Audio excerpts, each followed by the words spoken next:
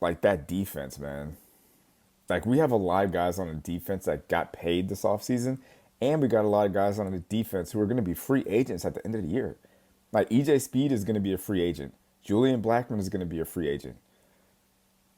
Like there's a few people who are just like, what, like, you guys are putting out bad film.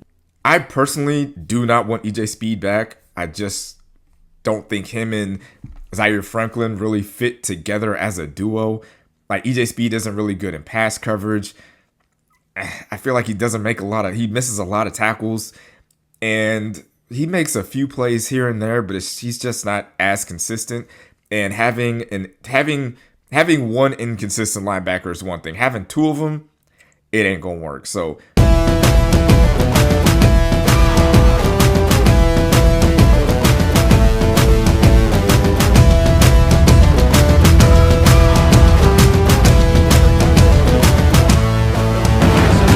down he goes. The ball is out.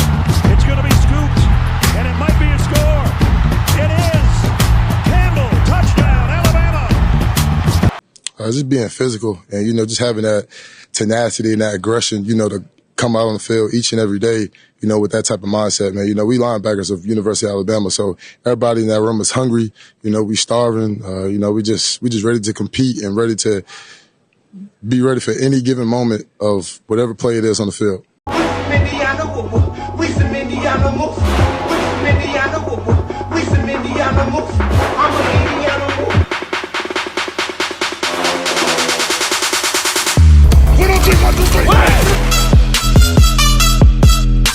We make the f***ing rules now. No more talk. Just win. Let's go. Touchdown, I-N-D-Y, Anthony Richardson. what's up, y'all? This is Marcus Sniffles, and on today's video, we're going to talk about how EJ Speed leaving for the Houston Texans might impact the Colts draft. But before we get started on that, make sure you guys like, subscribe, drop a comment on this video. We're trying to build a community here for Colts fans and NFL fans. So if you're a fan of all those things, every Monday, 7 in the morning, we are dropping a video talking specifically Colts stuff, but we try to include a lot of NFL and football stuff in there. So make sure you hit that subscribe button, like the video, drop a comment so you'll see me back again. So a few videos ago, I talked about when we were talking about the Colts pending free agents and what it would take to bring them back and if we should bring them back.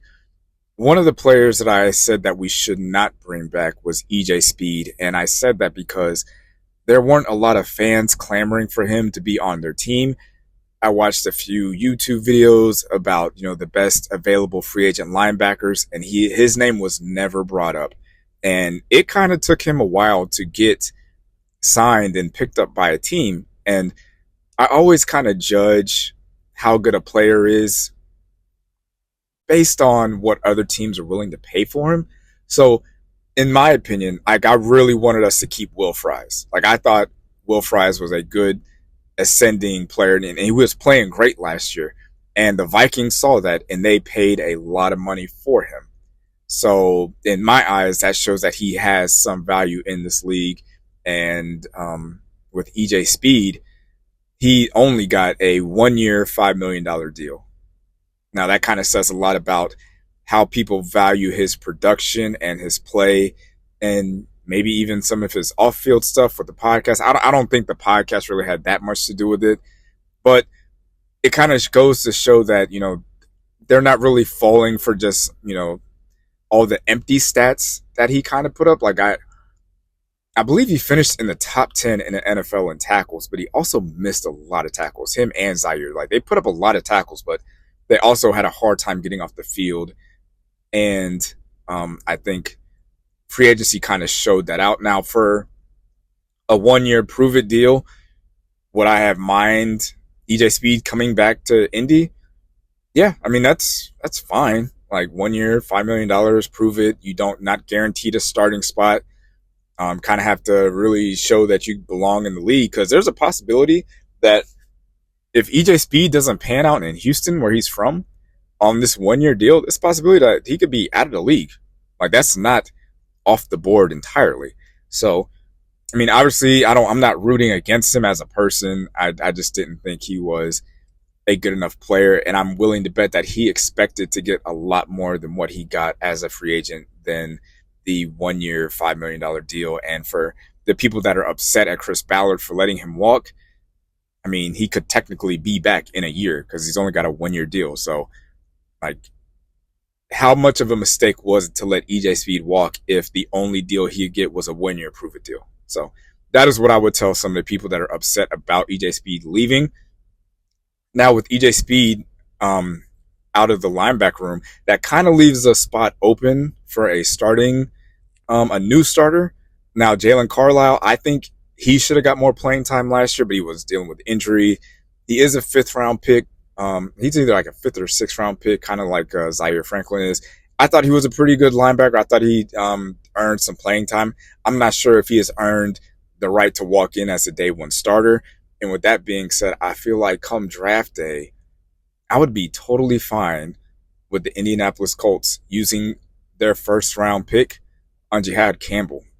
Like, I watched a little bit of film on this guy, did a little bit of reading on him, listened to a few podcasts. This dude is a baller, like a straight up baller. Like, he's an explosive playmaker. Like, he doesn't miss tackles, and that is what I want out of a linebacker. He's from Alabama, plays in the SEC. And if you play in the SEC for an Alabama defense and you stand out, that means that you're a great player.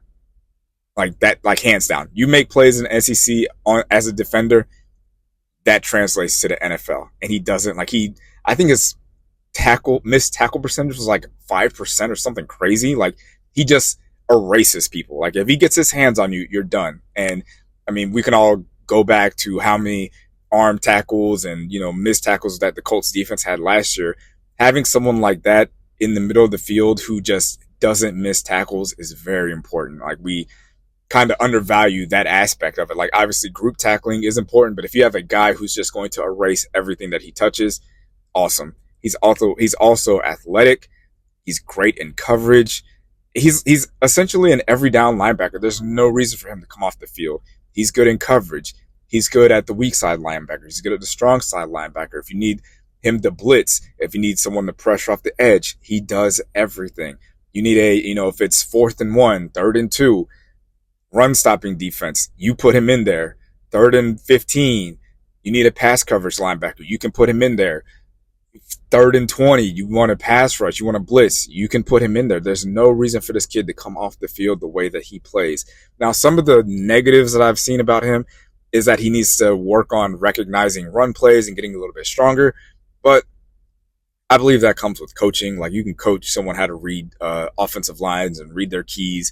And with Lou Anarumo going to be his first defensive coordinator, like, he's going to learn a high level defense early on. And most defenses in the SEC, especially Bama, they play high level defensive schemes. So he should be able to fit quite nicely next to Zaire Franklin and do all the things that Zaire doesn't do great, and kind of, mask some of the mistakes that he makes. Now, he can get a little over aggressive on, run plays or play action, but like I said, I feel like that's something that can be coached up on him. And he's a young kid. He's only 22, but he has the traits, he has the size, he has the productivity, he has the pedigree, like everything that you would want out of a linebacker.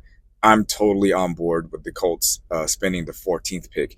Even, we're going to talk about Tyler Warren the closer the draft gets, but even if Tyler Warren is on the board, I'm completely fine if Roger Goodell comes up to the podium and says, with the 14th pick, the Indianapolis Colts select Jihaad Campbell, linebacker out of Alabama. I'd be totally fine with that. So if you made it this far in the video, drop a like. If you want to see more of this content, hit the sub button. Let me know, should the Colts draft the linebacker? Should they trade down? Should they just take Tyler Warren? Let me know. We'll talk about it. Talk to you later. Peace. Thanks for watching, babe. Make sure to like this video and subscribe to the channel.